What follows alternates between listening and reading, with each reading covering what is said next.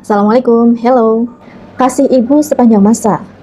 Sepertinya tidak berlaku bagi seorang ibu muda bernama Elizabeth Diane Downs.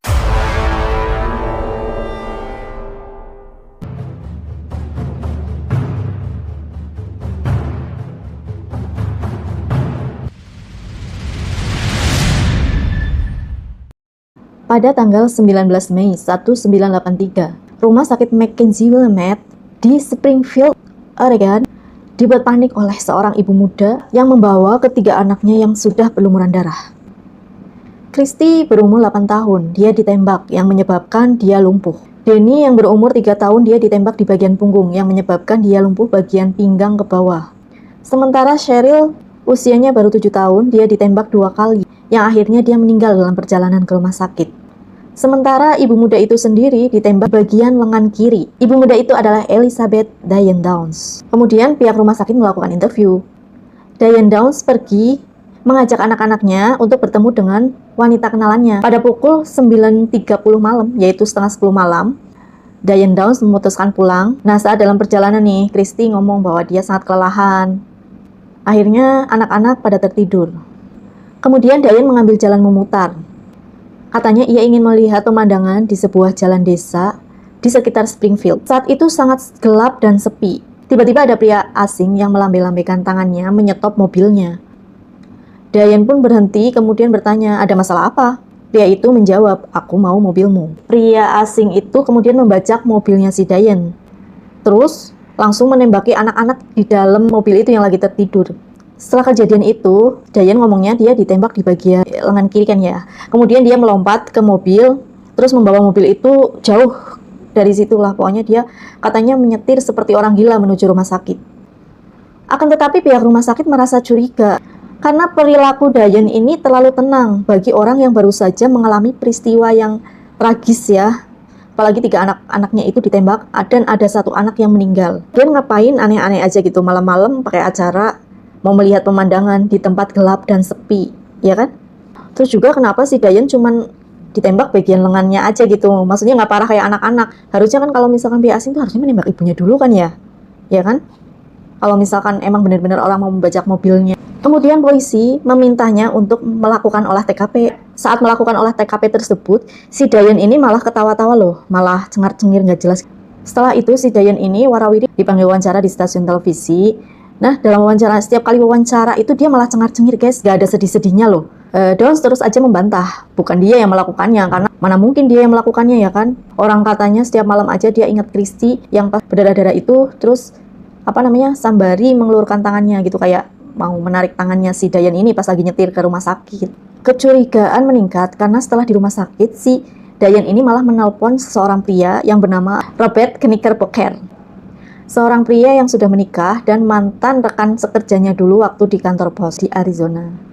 Kemudian polisi menemukan buku diarinya si Diane ini, dan di situ di diarinya Diane itu tertulis curhatannya bahwa dia sangat mencintai si Robert Knickerbocker ini, atau dipanggil Nick ya. Jadi di situ juga ditulis ya bahwa si Nick ini ngikutin dia loh kerja di Arizona, padahal kan enggak. Setelah konfirmasi ke Nick ternyata enggak, jadi yang caper itu malah si Diane gitu. Jadi sini bilang ke polisi bahwa si Diane ini malah dia yang membuntuti, dan kelihatannya juga dia bisa aja membunuh istri si Nick ini. Si Diane ini pengen memiliki si Nick. Tapi Nick merasa lega ya karena dia kemudian keluar dari kerjaannya yang di Arizona dan kemudian pindah ke Oregon. Bukti forensik pun tidak cocok dengan cerita si Diane ini.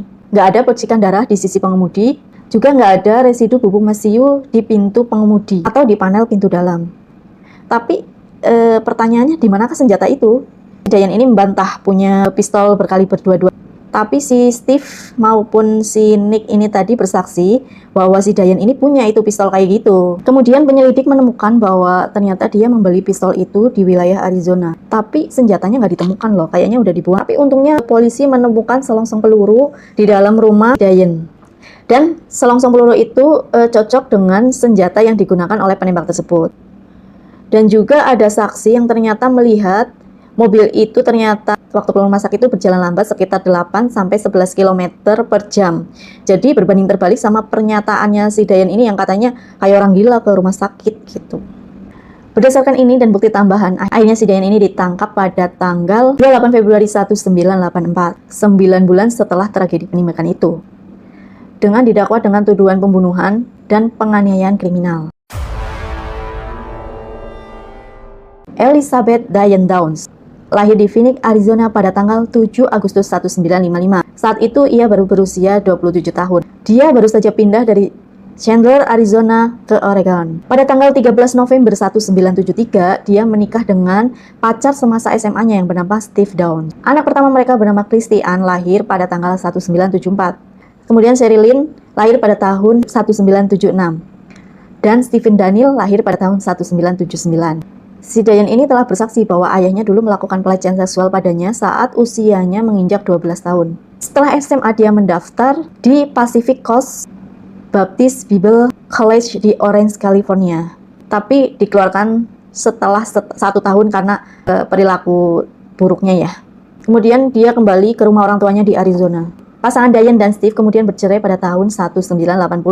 Karena Steve mengira anak bungsu mereka yaitu Stephen Daniel atau biasa dipanggil Denny itu adalah anak hasil dari perselingkuhannya si Dayan. Pada tanggal 8 Mei 1982, Dayan Downs melahirkan seorang putri melalui surrogasi. Surrogasi itu adalah kayak perjanjian ya, perjanjian pinjam rahim lah. Jadi kayak si Dayan ini cuma melahirkan aja, nanti anaknya itu dibawa yang nantinya mau jadi orang tua dari anak tersebut, anak yang tadi dilahirkan itu. Ia menamai anak itu Jennifer sebelum kemudian diserahkan pada orang tua anak tersebut. Para jaksa berpendapat bahwa Dayan menembak anak-anaknya agar bebas dari anak-anaknya tersebut untuk dia melanjutkan hubungannya dengan Robert Knickerbocker. Terus putrinya yang masih hidup yang bernama Christy, setelah ia pulih dari pengobatan, dia sanggup untuk berbicara ya. Tadinya kan dia kayak takut ke ibunya lah. Dan dia menggambarkan bagaimana ibunya menembak. Ibunya itu parkir di pinggir jalan.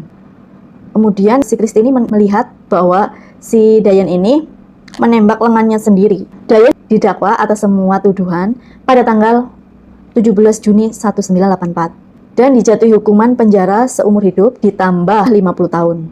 Dia harus menjalani hukuman 25 tahun sebelum dipertimbangkan untuk bebas bersyarat. Para psikiater mendiagnosisnya dengan gangguan kepribadian narsistik, histrionik, dan antisosial yang mencap dia sebagai sosiopat yang menyimpang. Dua anaknya yang selamat yaitu Christy dan Denny akhirnya tinggal bersama kepala jaksa saat itu bernama Fred Hugi. Fred Hugi dan istrinya Joan menerima mereka pada tahun 1986. Sebelum penangkapannya, si Dayan ini hamil lagi dan melahirkan anak gadis yang dia beri nama Amy Elizabeth. Amy Elizabeth ini kemudian diadopsi oleh pasangan Chris dan Jackie Babcock dan mengganti namanya menjadi Rebecca. Dayan awalnya dipenjara di LP Wanita Oregon di Salem. Dia melarikan diri dari selnya pada tanggal 11 Juli 1987 dengan memanjat pagar kawat berduri sepanjang 18 kaki. Selama 10 hari, Dayan berhasil melarikan diri. Kemudian dia berhasil ditangkap kembali dan hukumannya pun ditambah 5 tahun karena melarikan diri itu. Setelah ditangkap kembali, Dayan dipindahkan di LP Wanita di daerah New Jersey. Kenapa dipindahkan? Itu karena jaksa Hugi yang merawat anaknya si Dayan yang masih hidup itu merasa ketakutan atau khawatir, takutnya kalau dia masih di penjara yang di Salem itu nanti dia bisa kabur lagi dan takutnya dia mau menemui anaknya gitu loh, takut akan keselamatannya anaknya si Dayan ini. Pada tahun 1994, Dayan dipindahkan di Departemen Koreksi dan Rehabilitasi di California. Pada tahun 2010, dia ditempatkan di penjara khusus wanita di daerah Chowchile, California.